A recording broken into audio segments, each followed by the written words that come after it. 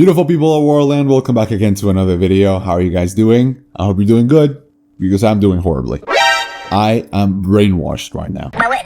I went too deep into my love for Jojo's, and I feel like I overloaded my autism or something because I am unable to hate on Jojo's.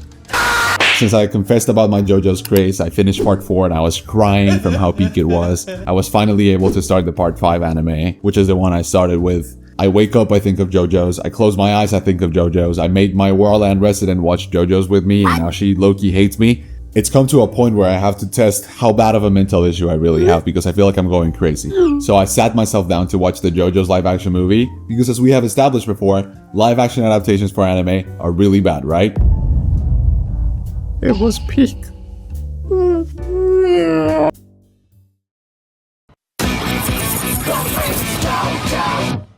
Alright, I'm sorry if that was a little too goofy, but I mean it when I say that the Jojo's live action movie is good. Rather than good, it's not bad.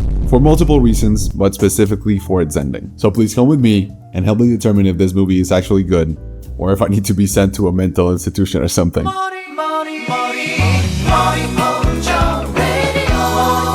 Before we begin talking about this movie, I want to thank you all so much for 70 subscribers. As for the date of this recording, I love making these videos and I love when they're well received as well, so thank you so much for sticking around. Now, I'm going to be honest with you, the reason why this movie doesn't absolutely suck is because it is the most play-by-play live-action adaptation I've ever seen in my life. Let's check it out. Different from the Attack on Titan live-action adaptation that was like a kick to the liver, honestly. This time around, we have all the characters that we know and love. We have Josuke with his goofy hair. We have Koichi after some growth hormones. We have Osempic Jotaro. We have Okuyasu, but also Sora at the same time. The gang is all here, basically. And they say the same things, and they act the same way. It's like a dream come true. And like I said before, the plot is very, very faithful to the source material. Except for the ending. Let's do a quick skim through it, in case you haven't seen or read Jojo's Part 4, which I really recommend you to, in case you want to experience peak fiction. The movie begins by introducing us to our two main villains, Angelo and Keicho, in a scene we don't get to see in the anime or the manga, where Keicho shoots Angelo with the arrow stand. After that, we meet Koichi, the goat, who I was very surprised to learn that some people hate.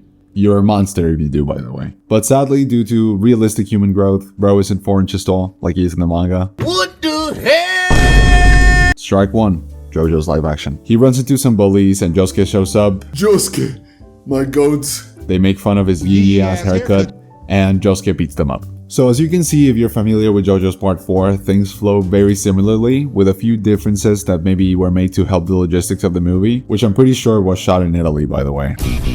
But these differences are very minimal, honestly, like how Jotaro meets Josuke a little bit later than in the manga, but they still fight, and his hat still gets disfigured exactly the same as it does in the manga. So I am not going to make this video about me recapping the movie for you guys, because it's not worth it. Just go watch Jojo's Part 4 if you want to experience it like that. It's free on YouTube and everything. What I do want to talk about is the things that, in my opinion, make this movie good. First thing, the movie, in its 2-hour runtime, covers the events of the first 5 episodes of the anime, which is a lower amount of episodes than the Attack on Titan live action covered in a longer runtime. This, for me, gives the story a little bit more space to breathe and be appreciated instead of shoving it down our throats. Sometimes a little too much, though. Sometimes characters took like 20-second pauses between lines.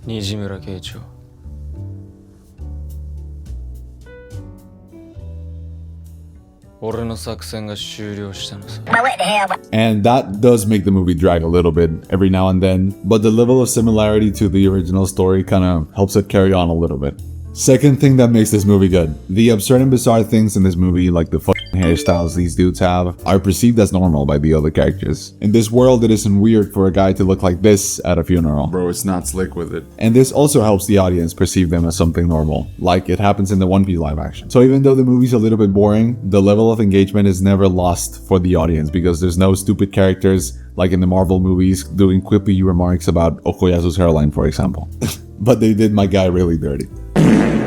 Thing number 3. I was genuinely entertained by this movie. For the most part, they had some really funny moments, like when Josuke swallows a condom to trap the enemy stand, and then he pukes that out and starts shaking the stand, and we cut to the stand user rumbling in the mud. That was funny. So like in the manga, Josuke and Jotaro defeat Angelo, and Josuke's grandfather dies. G-chan. G-chan is dead, bruv. Another positive point for the movie is that Josuke's grandfather, little Ji-chan, is a much more fleshed out character, so I feel like his death hits a lot more in this movie than it did for me in the anime. But at this point I'm asking myself, is it even worth it to watch this live action? If I wanted to repeat the story beat for beat, I would have just rewatched the anime that has better visuals. Even though the live action for this movie is not bad at all. And also the anime has this banger that we never get in the live action.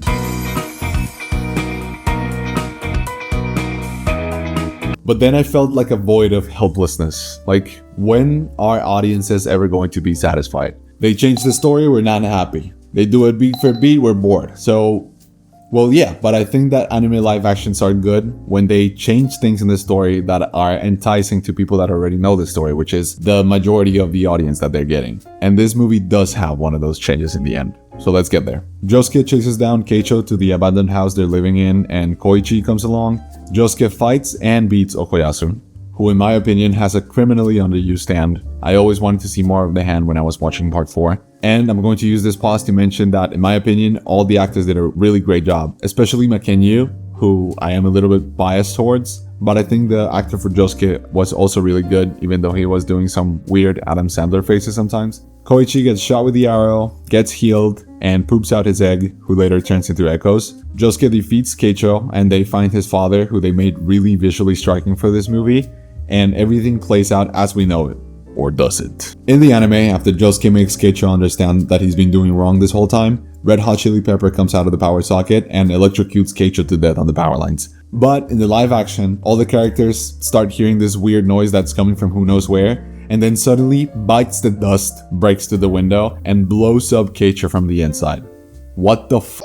For those who don't know or don't care to get spoiled about JoJo's Part 4, Bites the Dust is one of the abilities of Yoshikage Kira, who is the main villain of JoJo's Part 4. So they basically took the first 5 episodes and the last 10, and then JoJo's Part 4 has like a before and after Kira gets introduced, which is way after all the slice of lifey stuff JoJo's Part 4 has, which I loved. So of course this changes the entire trajectory of the story, because in the manga Kira is a character that wouldn't even care to be involved in this situation. So my interest was really piqued, and my nipples were really hard.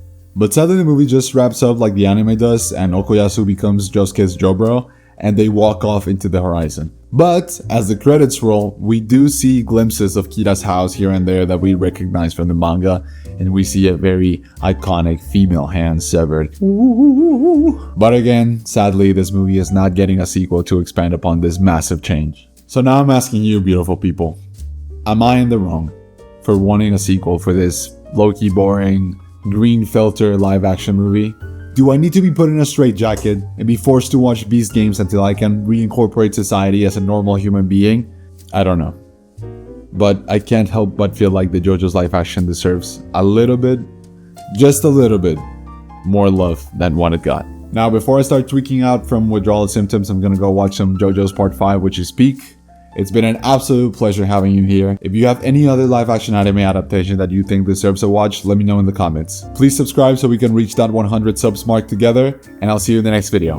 Bye bye.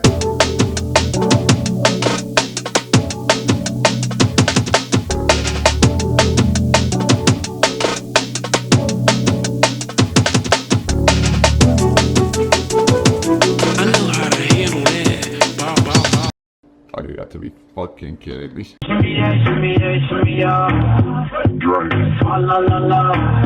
Drink.